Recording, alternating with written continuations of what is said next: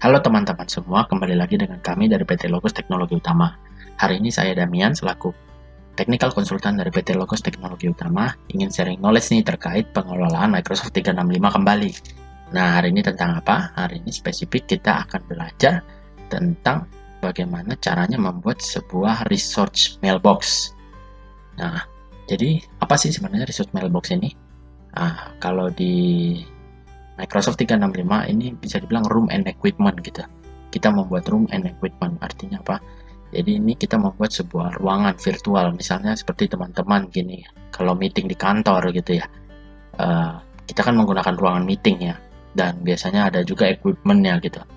Nah, jadi seperti proyektor atau layar monitor atau mikrofon, laptop dan lain sebagainya begitu ya. Nah, jadi di resource mailbox ini terdapat dua resource type. Jadi ada room dan juga ada equipment. Nah, kalau room tadi itu adalah seperti ruangan meeting yang teman-teman gunakan kalau untuk meeting gitu. Nah, kalau equipment itu seperti proyektor atau peralatan lainnya yang digunakan untuk menunjang proses berjalannya meeting. Nah, tapi semua ini dibuat secara virtual gitu. Nah, jadi bagaimana sih cara membuatnya? Oke, langsung saja kita bisa masuk ke office.com teman-teman ya. Saya melalui ini, kita masuk ke admin center. Nah, lalu kita pilih show all. Nah, di sini ada research ya. Kita pilih room and equipment. Nah, saya ada buat satu. Nah, cara membuatnya adalah jadi ini room and equipment. Jadi ada dua jenis ya. Tadi room and equipment gitu. Jadi ini semua secara virtual gitu ya. Nah, lalu cara membuatnya adalah kita klik saja add research. Nah, kita pilih itu research type-nya tadi ya.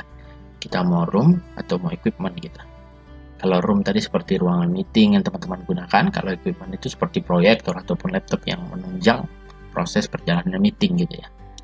Nah, kalau untuk lanjut lagi, mempelajari lebih lanjut bisa klik di link ini. Nah, lalu kita pilih, saya hari ini ingin membuat room gitu. Kita bikin namanya room 1. Lalu kita bikin emailnya. Karena dia tadi adalah sebuah resource mailbox, dia akan berbentuk mailbox tetap ya. Nah, kita bisa masukkan di capacity, kita bisa edit mau capacity di mana, mau locationnya atau ada phone numbernya. Nah, saya tidak akan bikin apa-apa, saya pilih di. Nah, ini teman-teman bisa pilih domainnya ya. Langsung saja klik save. Ini cukup ada waktu gitu untuk pembuatannya. Kita menunggu proses pembuatannya.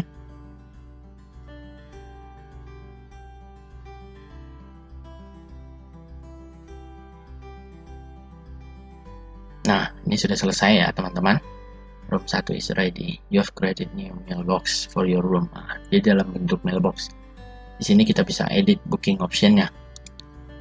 Nah, jadi ketika secara default itu seperti ini ya teman-teman. Kita bisa allow repeating meetings. Jadi di room ini bisa terjadi meeting yang sama gitu. Kita berulang kali dilakukan repeat gitu.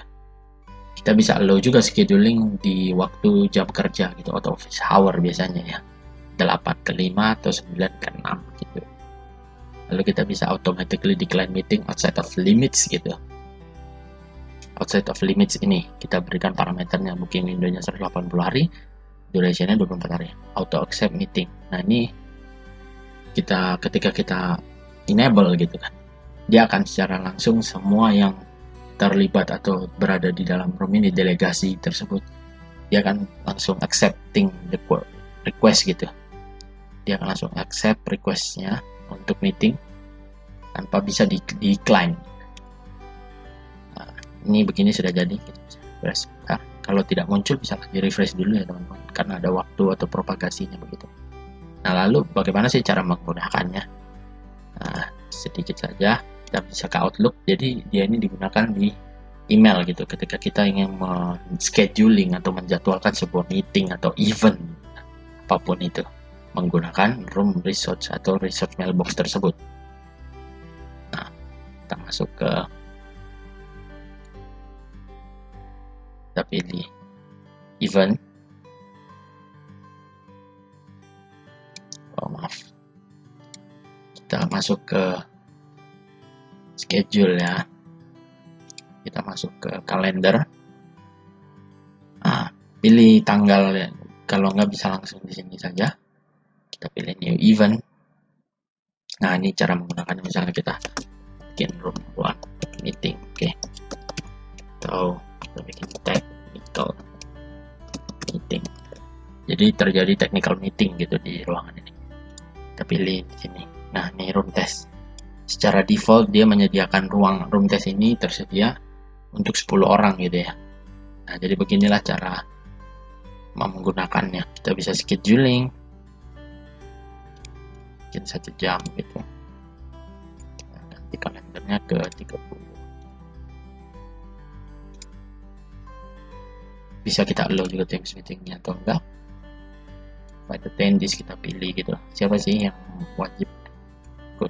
Nah, kalau tadi di auto accept tadi, artinya nanti semua yang kita inikan. Nah, ini ya kita send event created, that langsung muncul juga di email.